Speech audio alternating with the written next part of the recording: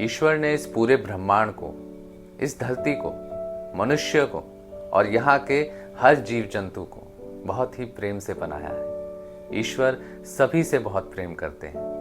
उनकी नज़र में कोई छोटा या बड़ा नहीं है, सब एक समान है। आज के इस प्रसंग को बड़े ध्यान से सुनिएगा। ये प्रसंग जुड़ा है बरसाना में स्थित राधा रानी के महल से। हरे कृष्णा दोस्तों, मेरा नाम है विकास शर्मा। दोस्तों, राधा रानी के महल की अटारी पर जब आप जाते हैं तो वहीं नीचे सीढ़ियों से कुछ दूर एक समाधि है। वो समाधि है गुलाब खां की। जी हाँ, गुलाब खां सारंगी बजाता था। सुबह शाम वहाँ के लोग राधा रानी के महल की अटारी पर कीर्तन किया करते थे और उसी कीर्तन में गुलाब खां सारंगी बजाता था। इसी के माध्यम से सभी लोग राधा रानी को प्रसन्न करते थे। गुलाब खां की एक छोटी बेटी थी जिसका नाम था राधा। बस बेटी ही थी, पत्नी नहीं थी उनकी। गुलाब खां सारंगी बजाता और राधा नृत्य करती थी।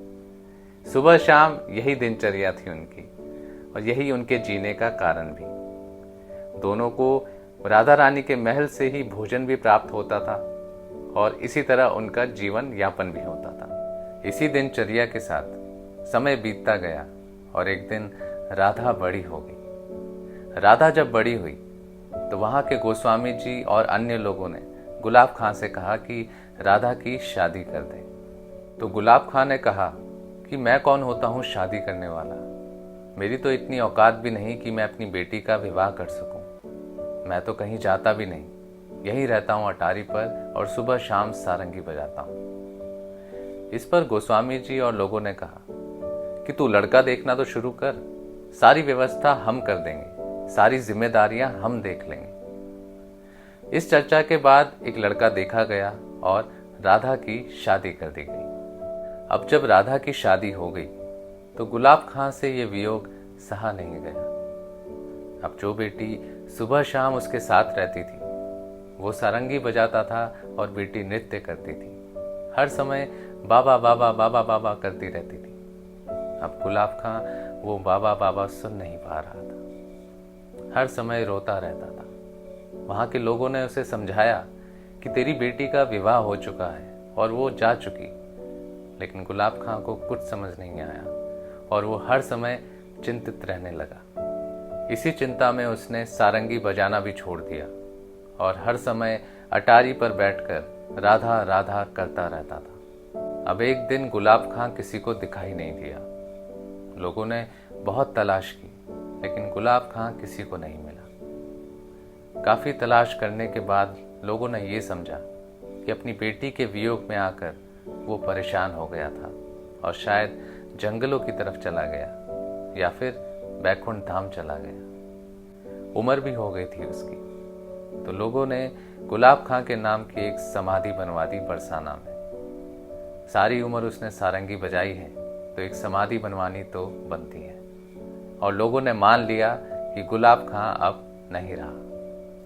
कुछ समय बाद एक दिन गोस्वामी जी अटारी से नीचे आ रहे थे, राधा रानी के महल से भोग लगाकर आ रहे थे। तभी उनको पीछे से एक आवाज सुनाई दी, गोस्वामी जी, राधा राधा। गोस्वामी जी ने पीछे मुड़कर देखा तो सामने गुलाब खां खड़ा था। गुलाब खां को देखते ही गोस्वामी जी थर थर कांपने लगे।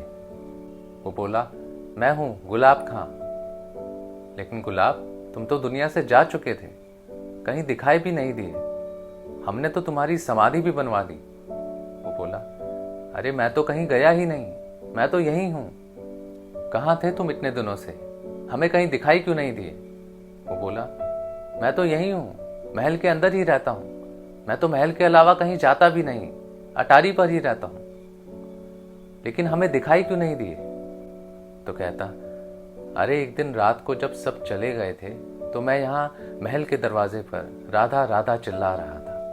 तभी आधी रात के समय एक छोटी बच्ची मेरे पास आई और उसने बोला, बाबा सारंगी नहीं बजाओगे? सारंगी नहीं बजाओगे तो मैं नृत्य कैसे करूंगी? तो मैंने सारंगी बजाई और वो बच्ची मुझे महल के भीतर ले गई। महल के अंदर ठाकुर जी थे, राधा रानी थी और रास हो रहा था।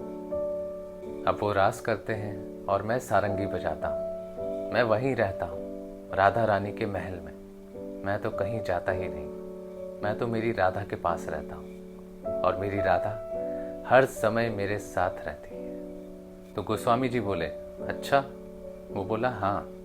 अभी आप भोग लगा कर आए हो ना मेरी राधा को? गोस्वामी जी बोले, हाँ। ये देखो, मेरी राधा ने मुझे पान दिया है।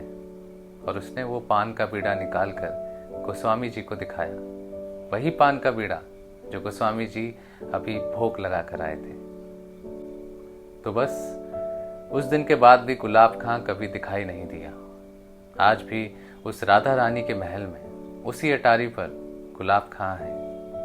और ऐसा कहा जाता है कि ऐसे बहुत से लोग हैं जो उस अटारी पर दिखने के बाद कभी दिखाई नहीं दिए, क्योंकि साक्षात राधा रानी वहां पर विराजमान है और साक्षात ठाकुर जी वहां पर आते हैं।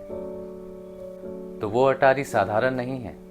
उस अटारी पर जाकर राधा रानी के दर्शन तो कर लेते हो, अपने मन की बात भी कह लेते हो, लेकिन कभी उस ऊर्जा को महसूस करना, वहां जो ऊर्जा है वो इस अनंत ब्रह्मांड में कहीं नहीं है। सभी देवी देवता उस ऊर्जा को पाने के लिए वहां पर आते हैं, क्योंकि पूरे ब्रह्मांड की ऊर्जा वहां पर है और वो है राधा रानी का महल।